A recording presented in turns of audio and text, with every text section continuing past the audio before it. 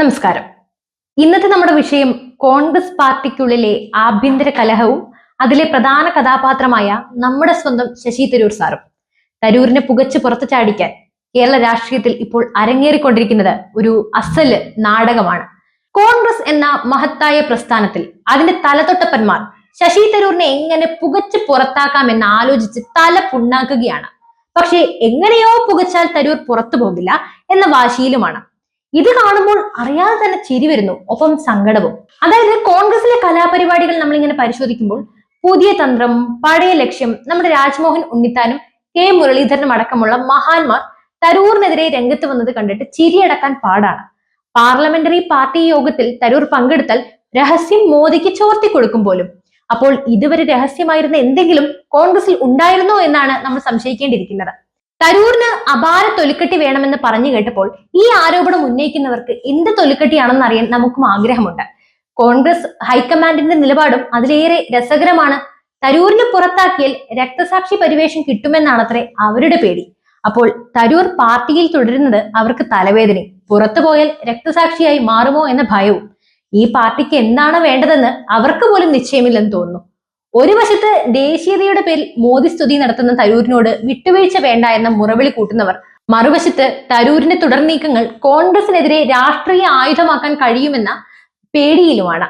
BJPയുടെ വിലയിരുത്തലിൽ ആശങ്കപ്പെടുന്ന കോൺഗ്രസുകാരും ഒട്ടും കുറവല്ല.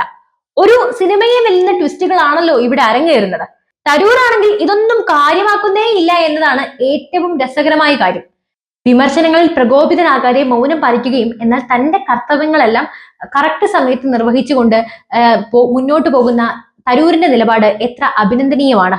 കോൺഗ്രസ് വേദികളിൽ സ്ഥാനം കുറവാണെന്ന് കണ്ടപ്പോൾ മതസാമുദായിക നേതൃത്വങ്ങളുടെ പിന്തുണ ഉറപ്പാക്കാനുള്ള അദ്ദേഹത്തിന്റെ നീക്കം ഒരു ബുദ്ധിപരമായ നീക്കമാണ്. വരുന്ന ദിവസങ്ങളിൽ കോട്ടയത്ത് CSI മധ്യ കേരള മഹാ ഇടവകയുടെ സംഗമത്തിലും പാലാ രൂപതയുടെ ജൂബിലി സമാപന സമ്മേളനത്തിലും മുഖ്യമന്ത്രി പിണറായി വിജയനും ജോസ് കെ മാണിക്കുമൊപ്പം വേദി പങ്കിടുന്ന തരൂരിനെ കാണുമ്പോൾ കോൺഗ്രസ് നേതൃത്വത്തിന്റെ നെഞ്ചിടിപ്പ് കൂടുന്നത് ഊഹിക്കാനാവുന്നതേയുള്ളൂ. തരൂർ BJPയുടെ മുഖ്യമന്ത്രി സ്ഥാനാർത്ഥിയാകാൻ വേണ്ടിയാണ് ഇതൊക്കെ ചെയ്യുന്നതെന്ന ആരോപണം വരെ ഉയർന്നു കേൾക്കുന്നുണ്ട്. കോൺഗ്രസിലെ ഒരു പ്രമുഖൻ BJPയിലേക്ക് പോയാൽ, അതും നിയമസഭാ തെരഞ്ഞെടുപ്പ് അടുക്കുന്ന ഈ വേളയിൽ കോൺഗ്രസിന്റെ അവസ്ഥ എന്താകുമെന്ന് ഓർക്കുമ്പോൾ ഒരു വല്ലാത്ത ഭാവനാ ശക്തിയാണ് നമുക്ക് തോന്നുന്നത്. പുകച്ച് പുറത്തു ചാടിക്കാനാവില്ലെന്ന ശശി തരൂരിന്റെ നിലപാട് അദ്ദേഹത്തിന്റെ ആത്മവിശ്വാസവും വിളിച്ചോതുകയാണ്. സ്വയം പുറത്തു പോകട്ടെ എന്ന നിലപാടിൽ പാർട്ടി നേതൃത്വവും ഈ കളി എവിടെ ചെന്ന് അവസാനിക്കുമെന്ന് നമ്മൾ കണ്ടു തന്നെ അറിയണം. തരൂരിന്റെ ഓരോ നീക്കവും കോൺഗ്രസ് നേതൃത്വം സസൂക്ഷ്മമാണ് നിരീക്ഷിച്ചു വരുന്നത്. എന്തിനാണ് ഈ നിരീക്ഷണം എന്ന് എത്ര ആലോചിച്ചിട്ടും മനസ്സിലാകുന്നില്ല.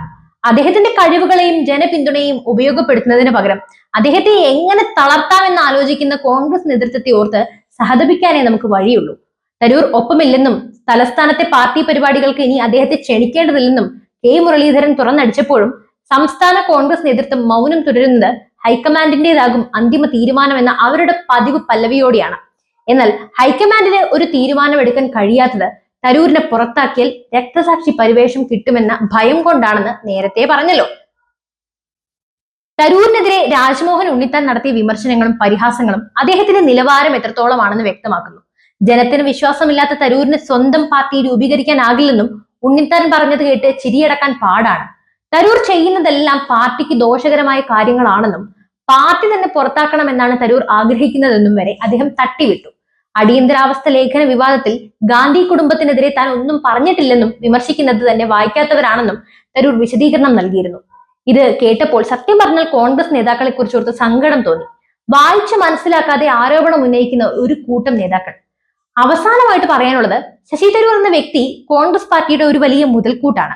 അദ്ദേഹത്തിന്റെ അറിവും അന്താരാഷ്ട്ര ബന്ധങ്ങളും ജനസമിതിയും പാർട്ടിക്ക് വലിയ നേട്ടങ്ങൾ ഉണ്ടാക്കാൻ കഴിയുമായിരുന്നു. എന്നാൽ കഴിവുള്ളവരെ ഇരുട്ടിൽ നിർത്താനും അവരെ ഇല്ലാതാക്കാനും ശ്രമിക്കുന്ന കോൺഗ്രസ് നേതൃത്വത്തിന്റെ ഈ നിലപാട് ആ പാർട്ടിക്ക് തന്നെ ദോഷകരമാകും.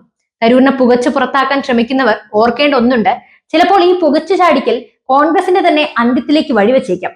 അപ്പോൾ ഈ വിഷയത്തിൽ നിങ്ങളുടെ അഭിപ്രായങ്ങൾ എന്താണ്? തരൂർ കോൺഗ്രസിൽ തുടരണോ അതോ അദ്ദേഹത്തിന് പുതിയ വഴി കണ്ടെത്തേണ്ട സമയമായോ? നിങ്ങളുടെ അഭിപ്രായങ്ങൾ തീർച്ചയായും കമന്റ് ബോക്സിൽ രേഖപ്പെടുത്തുക. പുതിയൊരു വാർത്തയുമായി വീണ്ടും എത്തും വരെ നന്ദി.